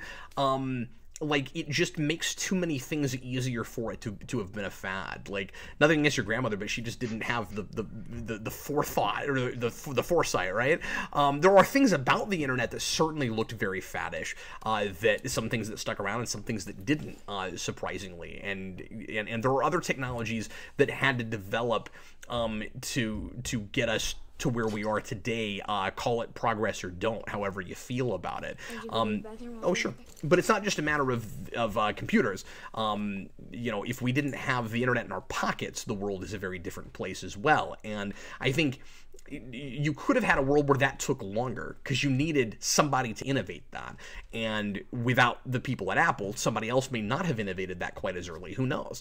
That wasn't something a bunch of people were working on. As far as I understand it, that was a thing that some people in one company came up with, and it revolutionized everything, as opposed to we were all on track. You have these kinds of innovations. This is a weird example, but it's not like you had a bunch of different video game companies all working on the kind of motion control that Nintendo was doing when they did the Wii, right? That was an innovation. It could have happened then. It could have happened years later. And so, the world very easily could look totally different right now if certain innovations hadn't happened. But just looking at the point where your grandmother said the internet and computers are going to be a fad, it was inevitable that sticks around. Certain things inside of it and how we use it, with specifically the devices that we're using, those are the things that would have been in question. Mm-hmm. Yeah, it's difficult for me to even think of, because obviously I'm sure people younger than me, even harder for them to think of a world without internet, because I'm relatively old. I didn't get a phone until I was 15. And I didn't have an iPhone until I was 18. I didn't have 17. a phone until I was, maybe 3 or 4 years before I got married, I guess. Yeah, so I still have half of my life, or a little less than half of my life, where I lived without. But we were playing games on the computers at school super early, Oregon Trail and all those games that we played in elementary school. I I would But anyway. like to, I never do this. I would like to follow up that question with a question of my own, and I would love to hear some answers to this in the comments, and we'll read some if anybody From has Tom's grandmother. If anybody has opinions about this. What would the landscape of superhero movies look like without the internet? Like, if that hadn't happened the way it did, forgive my plumbing, guys. If that hadn't happened the way it did, does the superhero boom in movies and television take off the way it does, or like how much does that have to do with social media? There's a question for you. Yeah, noodle that. Get back to us. Let's go ahead and move on. But I'd love to hear some comments there, and we can follow up. And I don't right away know what my opinion is. I have to think about that. But I just thought of that as we were talking. Anyway, throw out another one if you would. Let's bring spirit up a little bit. Let's go to this next one from John Ty. Would you end the Joker's life if you had the choice? That is an. 1 second. Hey DJ, talk for me for a second. Okay. Cap would absolutely end the Joker's life. He's a terrible person. Okay, we're good. I'm paranoid after what happened Tuesday. I thought somehow I muted you again. Okay, so. Oh no. Sorry, I'm distracted by the plumbing. That is an age-old question, and one that we've. I don't have to talk so loud. That is an age-old question, and one that we've talked about a few times on the channel. I think years ago we might have done a GNN on this even. I can't remember. Would you end the Joker's life if you had the opportunity? That's one of those you don't know what you'll do until you're faced with it kinds of things. I think it kind of depends on like what my role in society is. If I'm Batman, that's a way harder question. Or possibly a way easier question, actually, than if I'm just a civilian with a gun. Like, staring down the Joker who's unarmed somehow. I don't know how this situation happens, but I'm on a street. Joker's got no weapons. I got a gun against his head. He's murdered a bazillion people over the years. He keeps getting thrown into Arkham. He keeps escaping Arkham. If I kill him now, he can't hurt anybody else. This sounds like a terrorist. And we were all happy when Bin Laden got killed, and we did that on purpose. So if I'm in a position of authority, that is a lot less of a question. If I'm Batman, I understand the psychological hang-up. If I'm concerned that if I kill a person, I very well could go off the deep end, it's very much like that Angel Buffy thing, like if Angel loses his soul, he becomes Angelus. That's essentially what Batman is afraid is going to happen to him. If he kills a person, he will lose his soul. I obviously don't have Batman's background.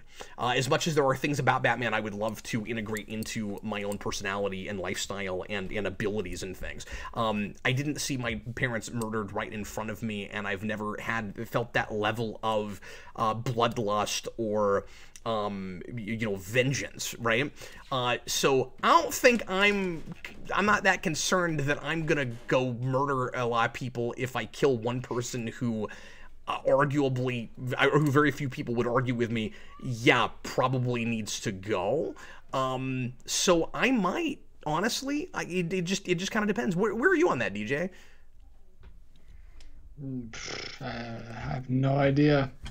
We've talked about kill him. Well, we know that, but you love guns and stealing things, so. No, I don't, though.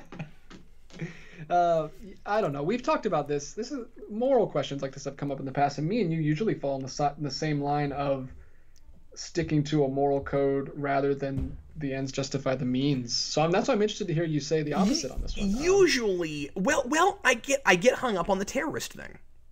Yeah. Because I don't disagree with it in a military situation. So why is it different in a personal situation necessarily? That's where I'm not sure. Yeah. And I'm with you. Like I am not about ends justifies the means. I am about moral right. The question is it ever the right thing to do? Obviously, is capital punishment ever the right thing to do? I'm so case by case about everything. We're not talking about anyone who's done crimes. We're talking about the Joker specifically. Well, that's, I mean, looking at it case by case, I don't know why. I guess I watched a documentary recently about the Bin Laden kill, and I'm thinking about that. That's in my head, and I'm going, well, I agreed with that. And you don't talk to very many people who didn't. So what's the difference? So I don't know. That's where my head is right now. Maybe tomorrow I'll feel differently. I think the difference for me that's is my knee jerk. I can be okay with someone doing it. I don't know if I could be okay with me doing it. That's the hardest. And that's why I said part. I'd have to be in the moment to know what I would do. I don't know if I have the ability to kill someone. But if somebody else, even in cold blood, which arguably that's the Bin Laden thing. I mean, it's not like he knows they're coming. Even if he's not holding a weapon and he's just like sipping a latte or something, and you show up and you take him out, is that right? Especially if you know you can't. Again, this is specifically the Joker we're talking about. There's other people, even mass murderers, that I would say no lock them away, put them in prison. But just with the fictional history of the Joker, this guy doesn't stay in prison. And also, like, the Joker in a lot of iterations, and again, there's lots of different versions of this guy, but in a lot of iterations, the Joker would find it to be an amusing joke if Batman killed him because it proves Batman wrong and Joker right, and it says something about society, it says something about him as a person. He maybe wins out in the end if Batman kills him because it proves that he can't keep that moral center, that he can't stick with that with that ideological principle. I don't know if Joe Schmo on the street shoots the Joker if it's the same thing. You know what I mean? Like what does that say to us about a society? That there's things we don't tolerate. It's a very extreme case. Yeah. I mean, it's basically like, do you believe in the death penalty? Yeah, and I'm not gonna, and I don't want to get into the into political stuff. I will not say, outright I support the death penalty or I don't support the death. I'm case by case with a lot of things, and I see both sides to that argument. But with the Joker specifically, maybe is my answer. Yeah, because of the factor that you can't contain him. But yeah, great question, John Ty. Thanks, man. TH1 gave us a $2 super chat just to let me know what the Ultimate Edition is, which is the only one that my target had. But it apparently is. It comes with the remaster of the first game, which now that I know that's a really good deal. Ooh, that is a good deal. I wish I bought it that way. $70 for both games. That's really nice. So cool. Thanks, Tom. Yeah, I still don't know if I'll get that version or the PS4. Because if I'm buying Miles Morales for PS4, I don't feel like I need the remaster. If I had a PS5, maybe that would be more tempting. But then the question is, is the remaster? I'm still fuzzy on this. Is the remaster not on PS4 at all? Like, do you have to play PS5 to see the remaster? No, that's what it was. It was both games on a PS4 release. Then the question is, do you get the PS5 upgrade for both? That's true. I would assume so. Yeah, but I don't know. But I don't know. Weird questions about video games these days. Guys, thanks for all the questions tonight, and thanks for all the video game stuff, because that's not a thing we usually tackle as much on the channel, but obviously it's been more relevant and also for I'm here. Superhero stuff lately, and it's Jason's thing, so yeah. Jason, I promise you there's some more questions for you coming your way. Yeah. Oh, right here. Just do a right live now. show where we do like my quiz, and we just ask them to everyone just in the. Yeah, I gotta tell you, I wish I hadn't taken it already, because we could have done that on this show. That would be really fun. That would be really fun. But I've already taken it, and DJ's not a big game guy, and those questions are hard. So I don't know that he would know a lot of it. But yeah, I would. You know what? You know what we'll do? We'll do it on After Dark. Yeah. We'll do it on After Dark. Okay. We'll see if there's anybody in the After Dark audience that knows video games pretty well, and see if they'll take it. And if not, we'll just throw the questions out and show them to everybody in the audience. So yeah, stick around for that too. We're gonna do some singing, but we're also gonna do Jason's Nintendo quiz. It's fantastic. We can do the Sega one too if we have time. Yeah. But Jason did a Nintendo and a Sega quiz. Thank you. You gave me content for a show I didn't know I was making, so I really appreciate it. Awesome. Oh, also I Stick around got for that. tattoos. Those are not real tattoos. No. Jason got fake tattoos. So this was really funny. Technology's come a long way with everything, including fake tattoos. Did you know that today's fake tattoos do not come off as easily as yesterday's fake tattoos did? Jason got fake tattoos and Freddie too, during Freddie's birthday party on Saturday. His aunt brought those over. Their aunt brought those over, and they were Mario ones, and he put them all over himself. Not all over. I put them on my neck. He put them all over himself. And here. That's it. And he had to go to, so we homeschool, but Jason goes to a private school right now just once a week. It used to be twice, but because of the pandemic, they've only let him go once a week, which kind of sucks. But anyway, for various things like music and PE and stuff. And he went I actually don't have PE, so. Okay. He went on Tuesday. No one actually cares. So he went on Tuesday, and I told him make sure and get a shower before school so that we can get all of the fake tattoos off. And DJ, they didn't rub off even a little bit. It had been 3 days, and water and soap did nothing. And they're finally starting to fade. But like a little bit. I guess this is like, I wonder now how many screen projects use fake tattoos instead of paint. When their characters are supposed to have tattoos, because these things don't come off. You wouldn't remotely have to worry that it wouldn't look permanent for the 48 hours after you put them on if you wanted to shoot with them.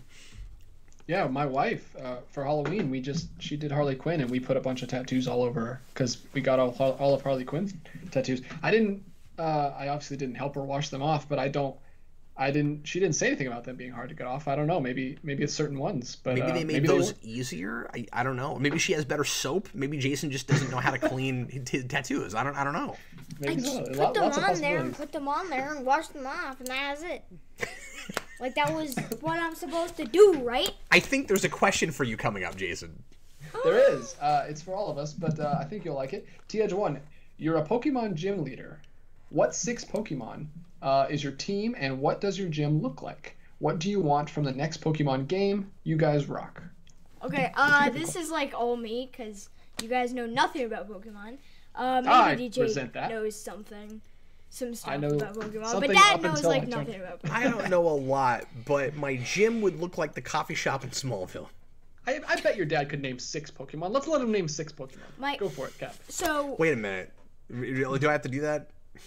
Yeah, pick 6. What's your team? First can we do mine? Well, no, because he wants me to name 6 Pokemon, and you're going to start doing Pokemon. You say them. He just wants to see if I can name any Pokemon. Okay. We have to do that. Sorry, I'm not trying to interrupt you. Yeah. But this is DJ's idea, so nobody get upset with me for talking over Jason. And you can't name any Pokemon before I've named Pokemon, because I only know so many. So, yeah, okay, I'll see if I can name 6. So, Mr. Mime. Oh, there you go. And how about Charizard? Mm-hmm. And I'm trying not to go like too insanely obvious. Let's go Magikarp. Yeah. Well, that would be much in a gym. really bad Pokemon for a gym, but yeah. I know, you just said name 6 Pokemon. Yeah. I mean, how about that's good. Mewtwo? Yes. Oh yeah. If you could get one of those. Mimikyu? Mimikyu, yes. Is that one? Yes. Mimikyu? That's actually what I would have in my I'm at 5 right now, right? 5, yes. And I don't know anything about like evolutions and stuff. I know there's Charizard and Charmander, but I'm not gonna name both of those because they're like evolutions of each other. So I'll try to say something else. Let's go with Bulbasaur. Bulbasaur, yeah. I got 6. You got 6. Right there. Okay. So, well, that was fun. Who's for Chinese? So, go ahead, dude. Usually gym leaders have like a specific type. Yeah. And mine would be Ghost. So my gym would be a haunted house, and I would have Mimikyu. I would have. I named one that he put in there. Alolan Marowak. I would have Haunter. I would have what's that thing called? Oh, you can't look it up. No, you don't get no. You don't get no.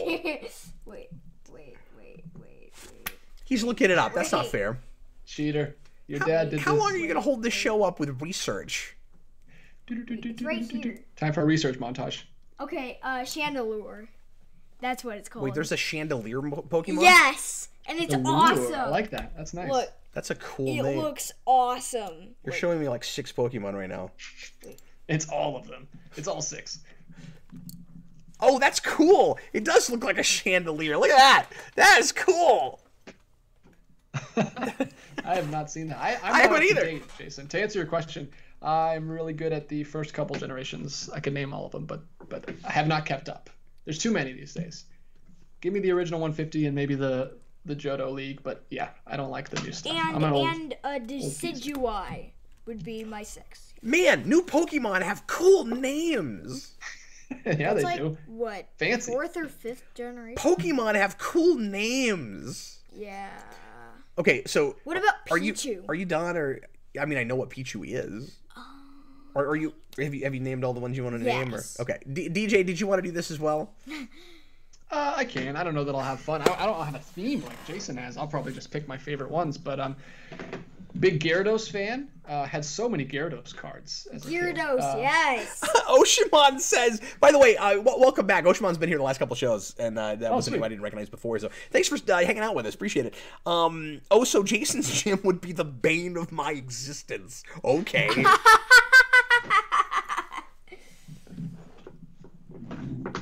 Yeah, Blue Dragon 5 says he remembers when the Pokemon selection was 150. Yes, now it's like 500 something, Blue Dragon 5. But I'll just pick from the 150 for this. I like Gyarados. Machamp is awesome. Get a fighting type in there. I really 152, but yeah. But your dad already claimed Mewtwo, and I won't go with Mew. But I do like Gyarados. I like Machamp. I like Hitmonlee a lot because he does a lot of kicks. He's super cool. Maybe Dragonite. Dragonite's cool. I like dragons. Goodness, this is hard on the spot. oh wait, I only named 5. All right, well, you think of your 6th while I Missy Ponder. No. into the depths of my nostalgia. I would have I like Missy Haunter. No as my 6th Pokemon. Missing toe? Missy No. Missy No. Mistletoe? No, Missy No. That's the guy is- from Guardians too. Misanthrow? No, so Missy No is it's Counting crows? It's short for Mistletoe? what happened to my voice? So I was drowning there for a second. So Missing No, also known, he's basically the missing number, and basically he is a glitch Pokemon, and he looks all amazing. I mean, not like amazing, but like sometimes he's just this question mark dude, and then sometimes he's a bunch of random generated stuff. That's amazing. Like pixels? yeah. We're gonna have to move on at some point. How many more super chats do we have? Right now we only have 3. Okay, great. But there's a second part of this one. He did ask, what do you want to see in the next Pokemon game? Jason, can you answer that? Next Pokemon game. What would you want? I don't know, like I can't think of any new like types that like, cause I think they've done like all of them. I would want like you have to create a new element. I would want like a whole like, I would want like a Dracula Pokemon. How about the triangle type? Whatever element Tony created in Iron Man 2, that'll be the new Pokemon element. Ooh, we just got another super chat from the Wolverine. I saw that, yeah. That looks hard and foreboding. Missing No. It's just a bunch of friggin' squiggles. What? How's that a Pokemon? Yeah, it's a glitch, Dad. Oh yeah, It's no, a glitch I mean, Pokemon. I heard you, but it's weird. Okay, we've got to move on, guys. All right. This is from 5590 ERS. Hey, thanks, man.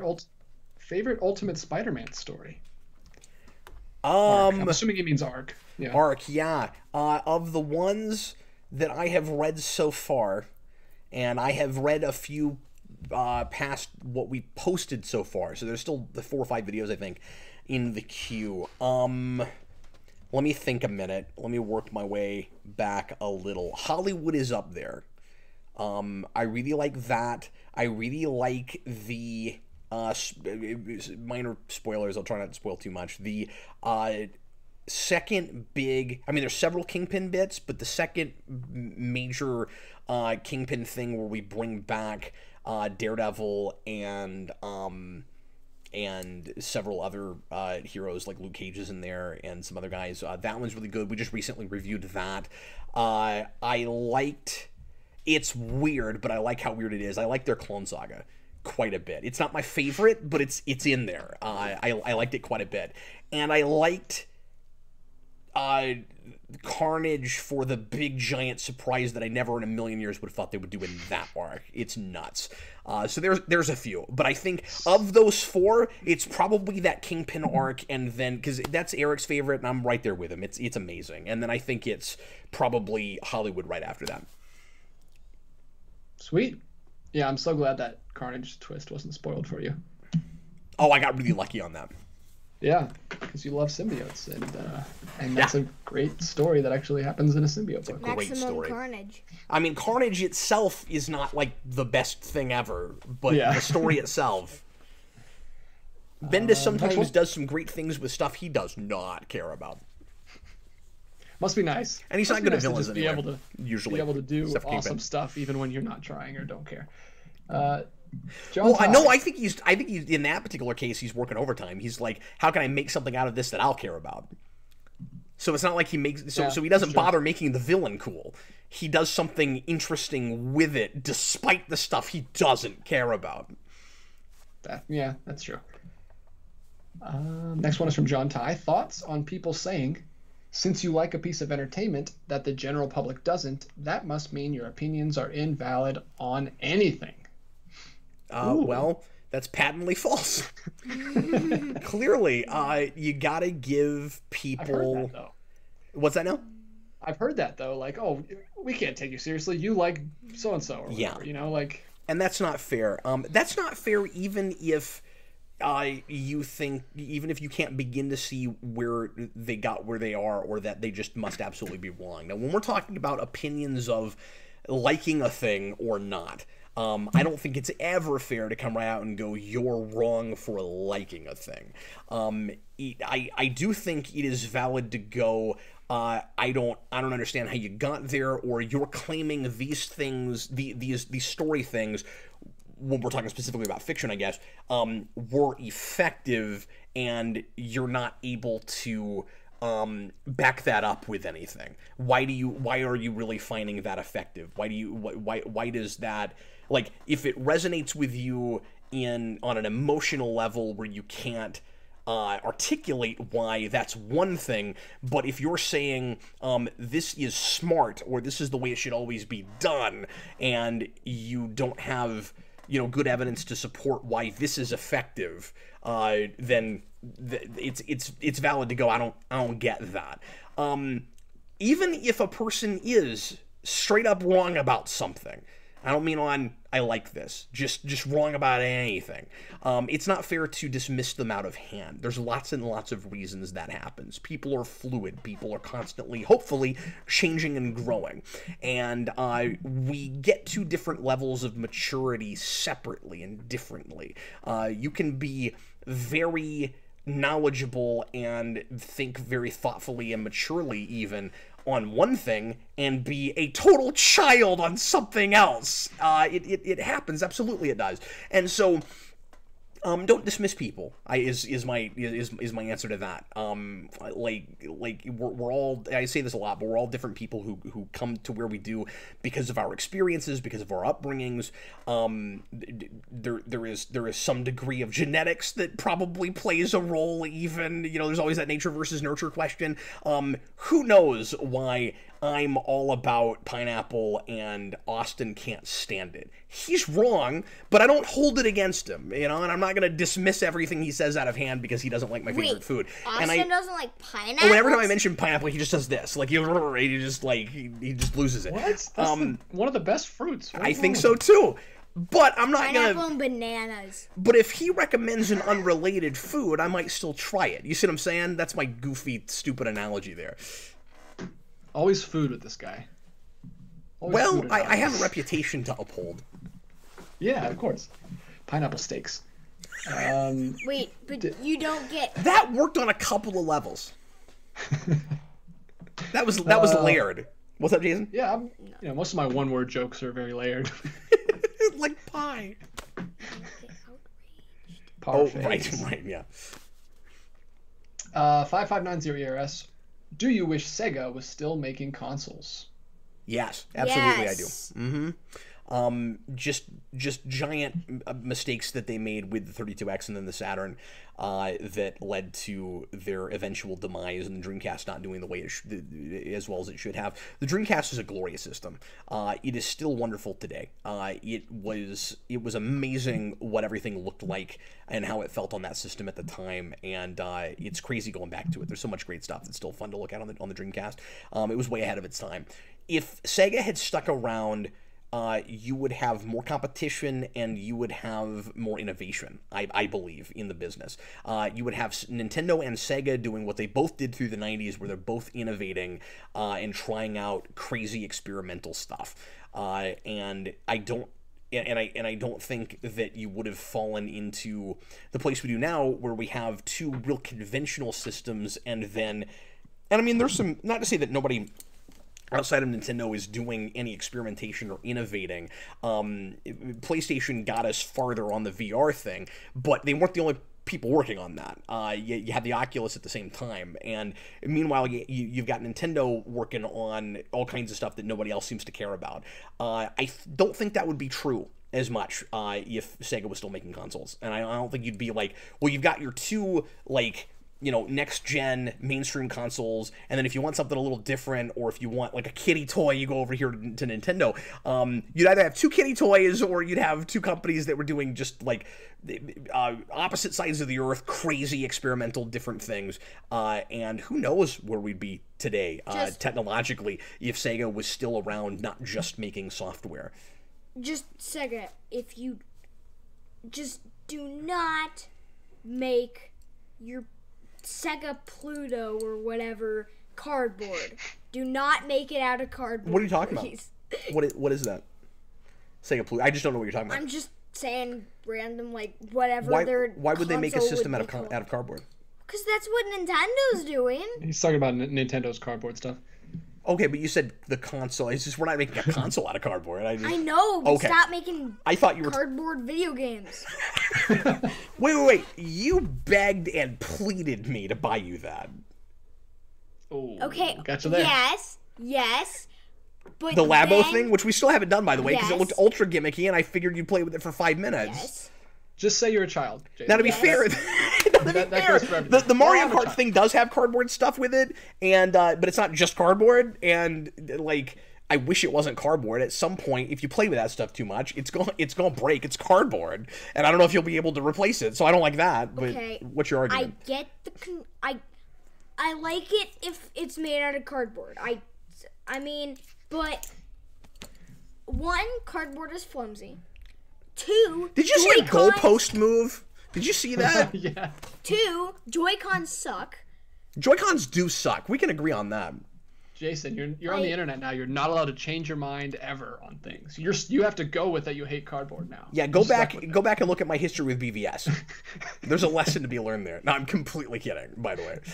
So am I. If you can't tell, Jason, I'm usually being sarcastic. Not like Austin, but not on that level. So why did you say stop making things out of cardboard, but you really want the Labo? Okay, so I want the Labo. So the reason that I don't want things out of cardboard is because the cardboard is like too flimsy and it like moves around too much. You like just make like stiff cardboard and then you'll be good. Yeah. Don't just make things out of cardboard. Make like stiffy cardboard, not stiffy flimsy cardboard. Like, yeah. Stiffy moms choose stiff. Anyway. Next, we're probably gonna get cardboard. I wish I hadn't said that out loud. All right, can we move on? I would really like a new question. Can. 100%. I will not. You don't have to ask me twice. I would like a brand new question, please.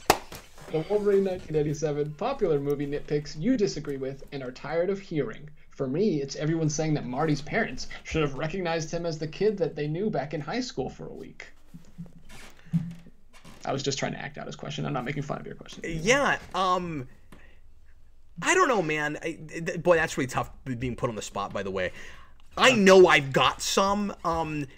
I'm of two minds about this. Nitpicking can be really fun. Like, just because you point out a little logical fallacy in a thing doesn't mean that it, discounts the whole movie, or that, you completely wrecked it and ruined it. Our favorite thing in Star Trek Club, we still do this now with the online show, but for years, doing a local Star Trek club, we would pick apart Star Trek episodes. And I said this before, but pardon me, new people would come in to the Trek Club, and they would leave going, "You guys even like Star Trek? Like, you just spend the whole time making fun of it." And it's like, well, yeah, but it's loving, it's all in fun. When you know something as well as I know Star Trek or Batman '89 or lots of things like that, and even Back to the Future, you see the flaws, and most importantly, you see how the whole package wouldn't be what it is without them. Where you need those things, and that makes it fun to point them out and talk about them. I talk all the time about, and I don't think this is maybe not a nitpick on that same level. We'll go to Back to the Future because this is kind of story breaking, and yet I love that franchise so much. It's just fun for me that I found it before I'm like, oh god, it ruins the whole way. Screw, I'm never gonna watch this again. I don't have that. I've talked about this a lot, but you have that thing with Back to the Future 2 where you have that question, and there are some fan theories that maybe clean it up, but I still that aren't, but they're not quite in the movie, so I don't buy them. But the idea that Marty can't go to the future and see himself because he took himself out of the timeline. So how would he be there in the future because he wasn't there in the present? When I found that, I was like, well, this is fun. I found a thing in Back to the Future that doesn't work. You know what I mean? So like, I enjoyed the nitpicking to some degree. We also can't begin to all agree on what nitpicking means, right? But I just wanted to talk about that broadly because examples are not immediately leaping to mind. So I'll think for a second. But do you have anything, DJ, where you're like, God, could people just stop talking about this little thing? No, because I don't usually listen to people that complain about stuff. I don't know. It doesn't come up very much in my head. I don't spend a lot of time thinking about that. But yeah, I'm sure there's something. But I'm usually like, yeah, I'm with you. That's a problem, but it doesn't, like you said, it doesn't break the movie with me, so I don't get mad about it. I guess it doesn't irritate me until people decide that it's a deal breaker, and I'm not sure it should be. I mean, I guess everybody can have their own opinion or whatever, but there's people that sometimes it feels like, and I get this, that like they're looking for any, and I think some people think that I do this. I don't think I do this, but you'll have folks that are looking for like any minor tiny quibble for a thing, and as soon as you can dock it in any way, now it's ruined the movie and it's done, and I'm never gonna watch that again, and it's and now it's terrible. That kind of thing it can be irritating just because it seems like you're looking for a reason to not have joy into things. But that's different than if I were to say turn your brain off and don't notice problems. You know what I mean? Like that's different. Like trying to poke something in a thing is different than, well, now wait a minute, that took me out. Those are different. Yeah. Yeah. And what you're saying, those happen on different viewings. The second thing you said happens on first viewing where you get taken out. The first thing you said happens on like your 50th viewing where you're just like finding things because you know it so well, like you said earlier. So those are kind of different things. But I will say, based on what you said, like that is totally true. There are some people like me and you who just do this when we watch things.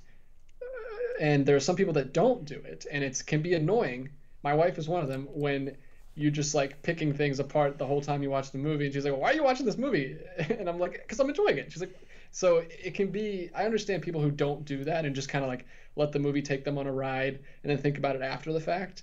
And then there's other people who kind of talk through the movie, and only obviously not in the movie theater, but like when you're with people that you're comfortable with, like me and you watch a movie, or you and Eric watch a movie, you're like picking things apart while you go through it, and that can be annoying for some people. So I understand, but most of the time, if you know who the person you're with, you know how they really feel about stuff. I can't think of like a brilliant example. The first thing that comes to mind is the notion that it's a problem that Batman in '89 uses guns, because there's just nothing established in that movie where he wouldn't. Like, your Batman might not use guns, and then we get into that question, that sticky thing that we got into last show, DJ, about when a character stops being that character because you changed it too much. But just all things being equal, just looking at that movie on its own terms, we're walled off, and this is maybe a problem, because we don't know this character well enough, and it's arguably not even really his story. But like Batman, it kind of is, and it kind of isn't. Bruce Wayne in that movie, we see his parents killed in front of him. That's what we know. We don't know his relationship with guns. He doesn't carry around a gun, but he shoots machine guns out of his car and out of his plane. Now that character in the next film just like straight up murdering thugs is maybe more of a problem. He does kind of do that in the first movie when he blows up Axis Chemicals, kind of, but it's a lot more blatant in the second one. I can see that complaint a little bit more, but that as a straight up deal breaker, I've never completely really understood. Now, part of that's because I grew up with that character, and that was one of my big Batmans when I was a kid. I can't say it was straight up my Batman because I experienced that in the 60s kind of simultaneously, and then the animated series very shortly after that. So all of these things were Batman to me, which is why I don't have the definitive thing as much as a lot of people, where you can have a lot of different kinds of versions of that character. But I guess that's kind of one. The whole like, Batman doesn't kill people, so they ruined it. I don't totally get that. Yeah. Well, that's more of a problem in the second one because it's inconsistent in its own movie. Oh, yes. He does the whole weird Catwoman thing at the end, where it's like, you can't kill him, but you just murder all these people at the beginning. Yeah. If I think of any more, I'll throw them out. Thanks so much for the super chat. I'm sorry I'm not coming up with anything just great right off. Do you have anything? No? Okay. Yeah, we got to get rolling because they're flying through, and I know you guys want to do an After Dark tonight. Yeah. So we better get rolling. We have 5 super chats all of a sudden. We were almost done, and then they just. Are you going to be okay to stay up a bit? Yeah. Because I mean, it's getting a little bit late. I just don't know how you're feeling, but. Yeah, I'm good. Is that cool? Yeah. Okay, let's go ahead and get these knocked out real quick, and then sorry, I've let time run away from us. Do more. Okay, well, we'll ask him real quick. What would you want to see for the next live-action Pokemon movie? I can answer this one real quick. Because I'm who I am, I actually like the series. I know a lot of people don't like the series, probably, and they're more into the games, and they just want to see like an original story, but I like that era with Ash, Brock, Misty, and that whole, like, the original 8 gyms, all those leaders, and the original 150 Pokemon, obviously. So they wouldn't make this now because they've got so much more stuff that they can pull from. But I would like something set in that era, maybe Indigo League Season 1, that whole story of his, but, truncated, obviously, because you don't have, like, 100 episodes. There's, like, 100 episodes in that, in Indigo League. But yeah, what about you, Jason? So, I wouldn't say, do a thing on the whole, like, Indigo League series. If I had to pick, like, a classic, like, episode, or, like, 2-parter, 3-parter, whatever, that I would want to see back, I would want to do a Sabrina movie. Yeah, that makes sense. Just the whole, like, 3-parter with Sabrina, with the psychic Pokemon. And the ghost Pokemon. And then he goes to the haunted house, and there's the ghost Pokemon. And then he comes back and beats Sabrina. And do that with, like, Detective Pikachu. And that would be awesome. Yeah, that'd be cool. That sounds good as a sequel to that. I liked that movie more than a lot of people did, and all I wanted from a sequel was, okay, actually straight up do a Pokemon trainer thing. Like, whatever it is. Yeah. Yeah. I really enjoyed that movie. It's just weird how much it pulls with, like, Mewtwo from the Mewtwo story, but it's, like, a different story, so it was kind of weird. Speaking of, I'm never going to get a chance to talk about this. This has been on my mind for a while, and I haven't brought it up because we don't ever talk about Pokemon. But you guys have seen the first movie, right? Mewtwo Strikes Back, 98. Jason has, I think, but I've not. Okay, well, what? I saw seen the first movie. Pokemon, the first movie. Yeah, it's been a couple years. I don't remember. If you're going, I don't remember a lot about it. I don't remember. Okay. Like, I don't really remember it. We should probably do father and son on that, Dad. Okay. Sure. Okay, if you guys are going to, I have a PSA. I need to tell you this. There is a there was 20 minutes of that movie that I have never seen. And I saw that movie a million times as a kid. I had the VHS that we sold here in America. Interesting. They cut out 20 minutes of that movie, and they only got it in Japan. I watched it recently with my son on pokeflix.com. They have all the movies on there, or pokeflix.tv, and they have the version that they got in Japan. There is 20 minutes in the beginning that is all Mewtwo's backstory and sets up his entire philosophy and his motivation for the movie, and it's completely cut out. That is the one thing I remember about that movie. Is that he just goes evil, like really fast, yeah. But this is all that backstory with the scientist, who, by the way, is trying to. If you guys are gonna watch it, I'm not gonna say it. But after you guys watch it, we need to talk about it because it's something that's exactly in a movie that Cap loves, but it does it way better. But that's all I'll say. People who've seen that version. See, I figured ignorance was bliss for me on that. I was just impressed that they used a thing that was in canon and tried to fit it all together. I thought that was really neat. So, you mean the movie? Yeah, Mewtwo thing. I was really excited. I like that they didn't start over. You know, they just went like, yeah, everything kind of happened. Like, because I haven't seen any of that stuff, I didn't know if it did it well. I didn't know if it actually made sense and counted. But I just thought it was cool that it wasn't like an origin thing, and it wasn't interested in trying to introduce an audience to the Pokemon. They went, you probably know what this is, and even if you don't, I mean, it's not that complicated. You'll figure it out. I just like that attitude about it. Yeah, but it's crazy. It like blew my mind. I've never had that experience where like I saw this movie a million times and then I found out there's this whole act almost of the movie that's like his origin that's completely cut out. But it was cool. If you find it, or if you check it out on that site. So if you watch it on DVD, it doesn't have that?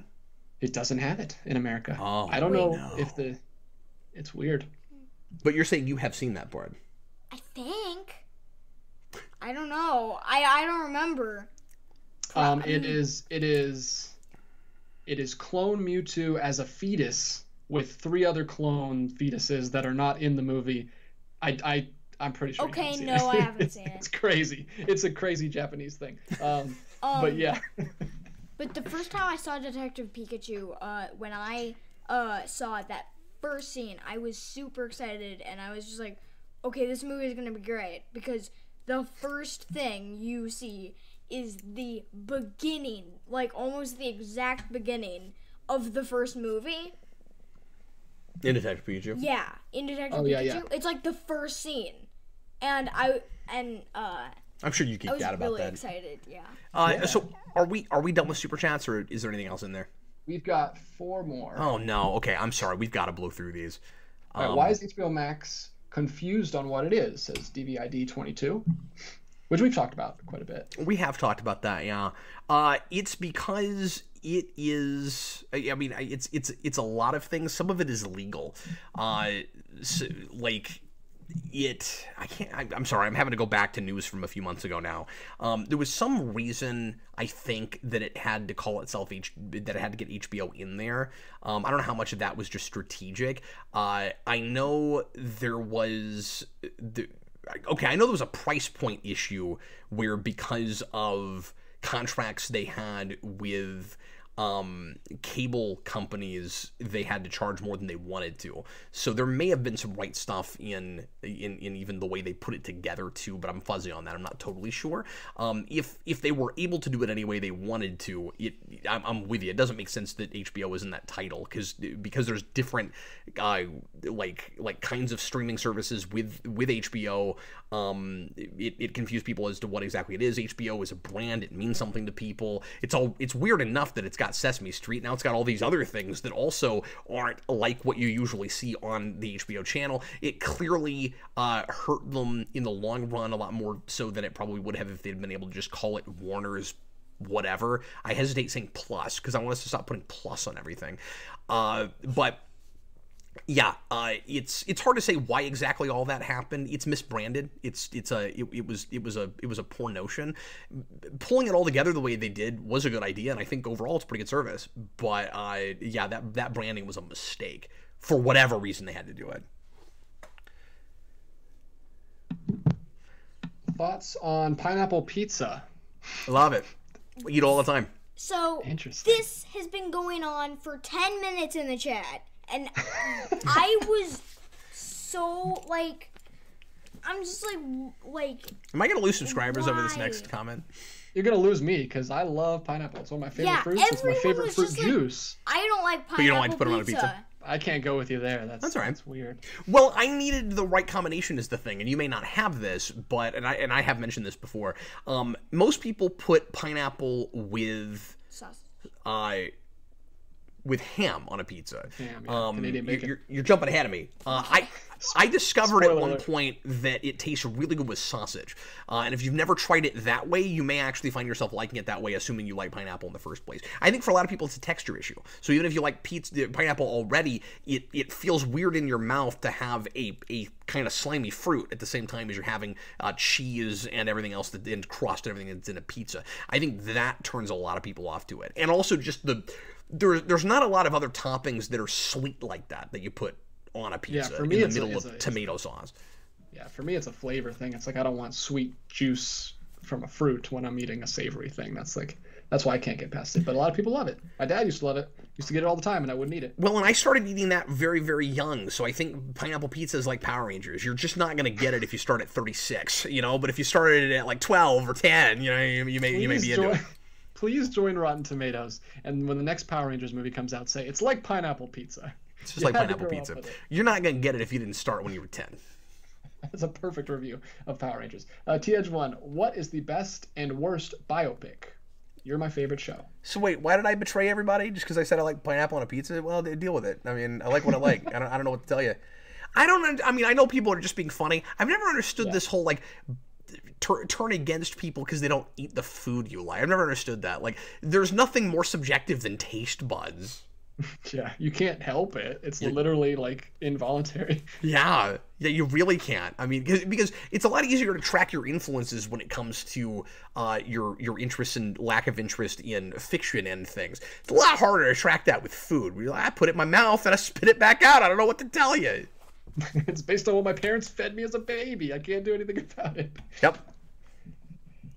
But yeah, best and worst biopic in your opinion? Ooh. My favorite, I don't know why I made that noise. My favorite biopic of all time is The Founder. I love it. It was in my top 10 movies of last decade. I think it's just brilliant. You liked it too. Yeah, it's been a while. It's been like a few months. There are other biopics I love, but I won't name them now because we don't have time. But you said favorite and least favorite. That's or best and worst. That is my favorite. And I think definitely one of the best. Man, I know there's bad biopics. I feel like the majority of the biopics I've seen have been the good ones, which is why I've become more of a fan of that genre, because it feels like the hit-miss ratio is a lot better than with some other genres. Can you think DJ of a really crappy biopic? I don't ever watch biopics because I don't like true stories, but yeah, I can't think of a. I mean, Bohemian Rhapsody, everybody hated. I don't know if that counts. I don't think you've even seen that. Mutai, I do like Ray, certainly. I like Man on the Moon a lot. Just things people are mentioning in the chat. I've never seen Lincoln that people are mentioning, and I've never seen Chaplin, but I've heard good things about that. I've heard the Hitchcock one was bad or was not great, but I didn't see that. So I can think of ones that people. I can think of ones that people said weren't good, but I've not seen them. Hitchcock's right up there. It's got Black Widow in it. Yeah. My favorite biopic, just by scanning a list of biopics on Google, because I can't think of every one of them, but I've seen I, Tonya, and it's great. Have you seen I, Tonya? No, I don't know what that is. I, Tonya is the ice skating movie with Harley Quinn. What's her name? Yeah. Anyway, she plays the ice skater, and it's like it's amazing. It feels like it's in the Fargo universe. It feels like a Coen Brothers movie. It's so crazy. Oh, interesting. Sebastian Stan's in it also as her. The Elizabeth sequel they made was not great. I guess I can throw that out. Oh, I can put out a worst. The Lost City of Z is maybe the least enjoyable movie I've ever seen. It has Tom Holland in it. It's have you even heard of this? Lost City of Z. Anyway, no one cares. I've heard of that, but I don't know anything about it. I'm sure it's a good movie, but I hated it. Anyway, Last one, the Wolverine 1987. Would you rather go for a walk in Haddonfield during a Halloween night or camp out for a night in Crystal Lake? Oh, I'm sorry. What's Haddonfield again? I don't know my horror movies well enough. It must be Halloween, I'm guessing. Is that Halloween? I don't know. I've never seen any of those. I can't remember. You know what? Now that you're saying, I think maybe that is that. I'm sorry, guys. I feel awful. I can't remember right off what that is. And it's funny because like I did a deep dive in Halloween a couple years ago, but some of those details not sticking with me. What was the second one? Crystal Lake. Crystal Lake. Yeah, spend a night camping in Crystal Lake. Yeah, I wouldn't want to do that. I don't like camping in the first place. I guess it's really the question of where you'd rather a like hack up killer chase you, in a suburban neighborhood or in the woods. I'm gonna go with suburban neighborhood because there's more people around. I mean, I would feel stupider when I got killed because there were like people around that could help me. Whereas camping, it's gonna be a little bit easier to get killed. Yeah. But yeah, no, I love that question though. Where would you rather a slasher murder you? Well, I think a town is better because you could you're going on a walk. You could run to a open grocery store or something and just be around other people. It does make it scarier. I mean, I love that setting, and everybody's saying that is Halloween.